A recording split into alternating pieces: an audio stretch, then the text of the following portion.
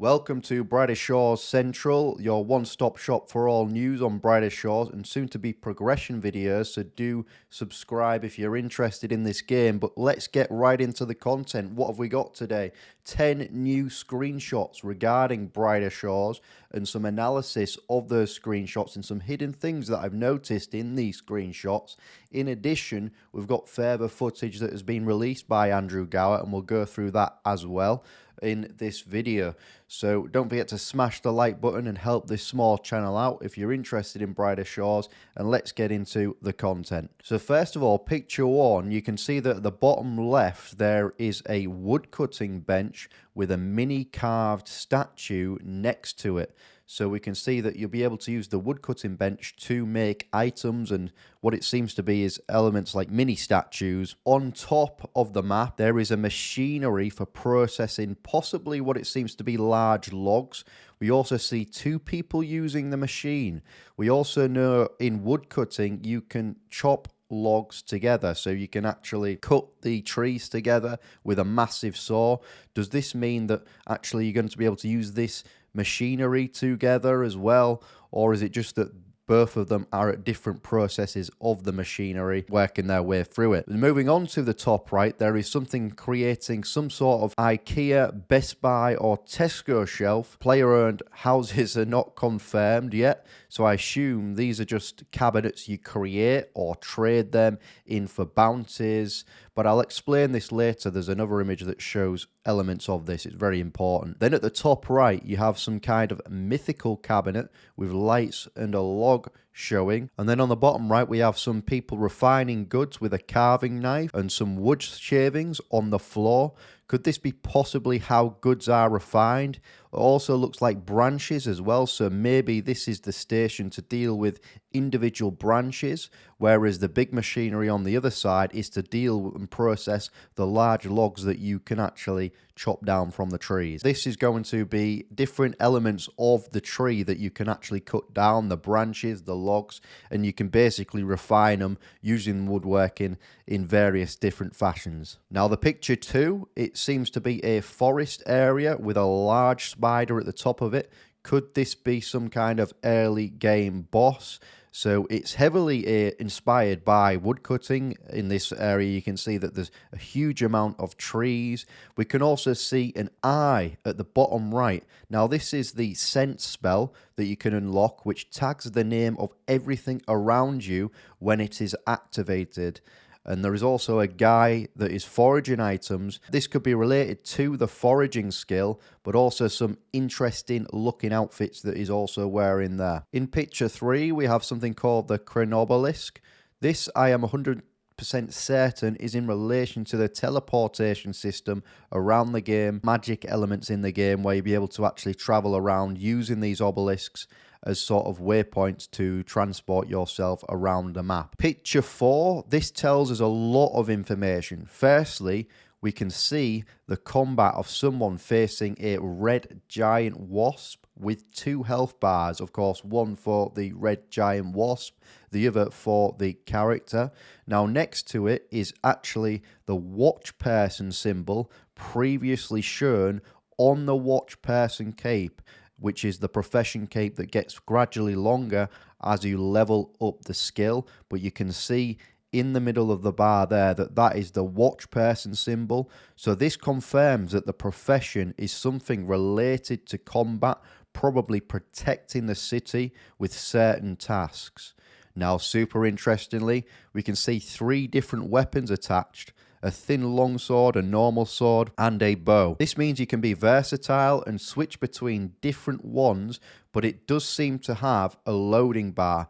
Is this some sort of timer to switch, or could it be a bar that shows that something is degrading, or is it to do with leveling up individual items? Now, interesting note here is that they have hand symbols next to the weapons to indicate whether a weapon is possibly a one-handed weapon or a two-handed weapon. Now, of course, if something is one-handed, they will not be able to use a shield.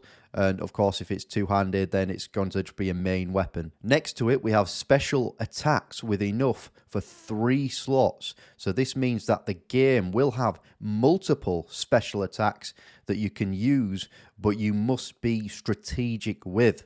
But I like how they limit it just to 3 special attacks, because there is nothing worse than too many tabs. There is also a Potions tabs. First one, I believe, is health, and the second one has a similar icon with what is on the wasp with a +4. This seems to be specific potions that make you perform better against certain monsters. We can also see that this area just looks like it's outside of the main city, which could be useful for banking items as well and being able to early access this area. Also, crucially to confirm, the monsters have the Cryoknight symbol when taking 24 damage, and the other character, the player, has the Guardian symbol when taking 17 damage. Could this mean that certain monsters are also part of the Cryoknight, Guardian and Hammermage faction trio? But what's confusing to me is, why does this character have 2 weapons with Cryoknight symbol and one with the Guardian symbol? Does this mean weapons are not class locked? You can use any of the weapons, but all the difference is that you get a bigger benefit to, say, use the Cryoknight weapons, and it gives you a bigger buff if you're a Cryoknight class. Picture 5 is of a forensic lab, and the NPC states, "Are you from Chronopolis Guardhouse? We need an experienced detective to look at some forensic examples." This is in relation to the detective skill. First of all, we have a player interacting with a cabinet with 4 lights on it. It's similar to the one that is in a previous image, and this seems to be some kind of storage or identification system. A potion is above it, which possibly could be the suspected poison because it's the detective skill, or it's some kind of storage system. On the other side, we have a guy doing some forensic examinations of items. Part of this is probably a training method for the detective skill. And next to it is another station area with letters, which might be that you need to analyze handwriting that is part of clues within the detective skill. But all in all these stations that you interact with seems to be areas where you are trying to find out clues that is in relation to that detective skill. This forensic lab does seem to be in the main city as well, so I can imagine that this area gets quite busy. Picture 6 is interesting because this is the investigation hall, so maybe the forensic examination from previous images relates to finding the clues. For example, here it says clue 1, monocle, clue 2, square green buttons, clue 3, green hair. Then they are all lined up and you have to pick one. This means in detective skill you would first examine the forensics to obtain clues or information, and then go to the investigation hall to choose the right person based on those clues. Next to it we can see a 200,000 experience drop and a large amount of silver for guessing the correct individual. Looking at the other bounties tab, this seems to be activities you can obtain across a range of professions. It says to start a new bounty, search for places within the bounty icon so you can pick these up from various NPCs across the world and have multiple bounties at once.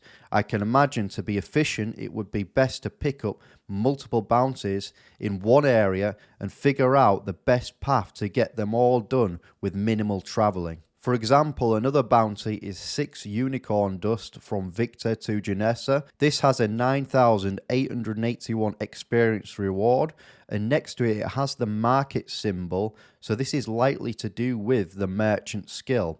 And one of my predictions was that the merchant skill will be partly to do with transportation of items, and it seems that this is the case based on this bounty. The other bounty relates to 4 appetizing chicken and leek pies to Mel's fishing supplies.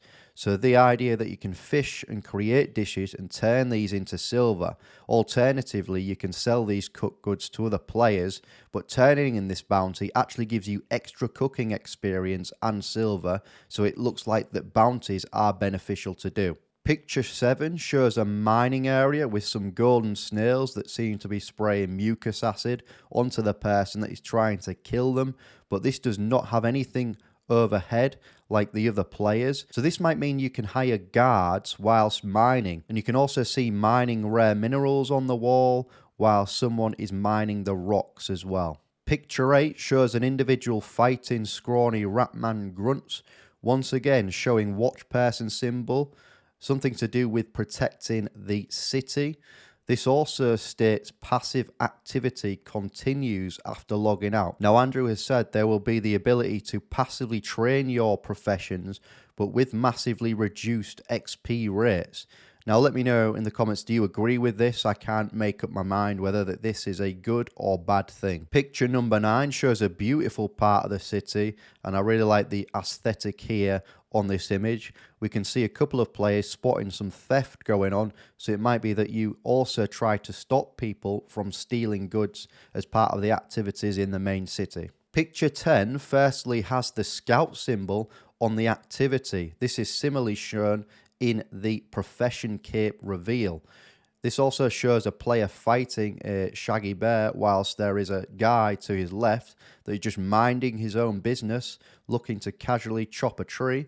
And there is also on the other side 2 people doing woodcutting efficiently by cutting down trees together, whilst the guy in the middle is completely getting destroyed by a bear. On the weapons, we can see various items, the first one looking like a trap that has been set, the second a hammer, and a third some sort of ammo-based item. Next to it, it's a potion that has a plus 60 with a Hammermage symbol. This has some relation to the hammer type device on the second slot, possibly making it stronger paired with that potion. So those are the screenshots that are in Brighter Shores that have been recently released. Also, Andrew has released some fishing skill footage as well, and he has recently tweeted that James has been load testing our servers with lots of simulated players. Once we managed to stop them dancing all the time, they found quite a few bugs which we fixed. Unfortunately, I then had to ban James for botting. So this means that they are actively testing the servers with as many players as they can and, you know, getting ready for launch essentially and kind of stress testing the servers, which is good to see. But also we see some fishing activities in the information as well. So first of all, we see them picking up seashells from piles and then going into the water knee deep and catching the fish. However, the fish seem to move around quite frequently, so this method of fishing is probably going to be both frustrating but rewarding, and it seems to be more of an active form of fishing. So I'm going to leave you with the full video playing with the audio as well, because I think that the audio of this area, the ambient, sounds really good as well. And so I'll leave you with that video. But before I do that, I'd like to say thank you for watching this video. Don't forget to subscribe for more Brighter Shores content and like the video because it helps it in the YouTube algorithm and the search results, and it helps grow this small channel, and I really do appreciate it if you can smash the like button. I will leave you with the full video and audio at the end of this video. Thanks for watching.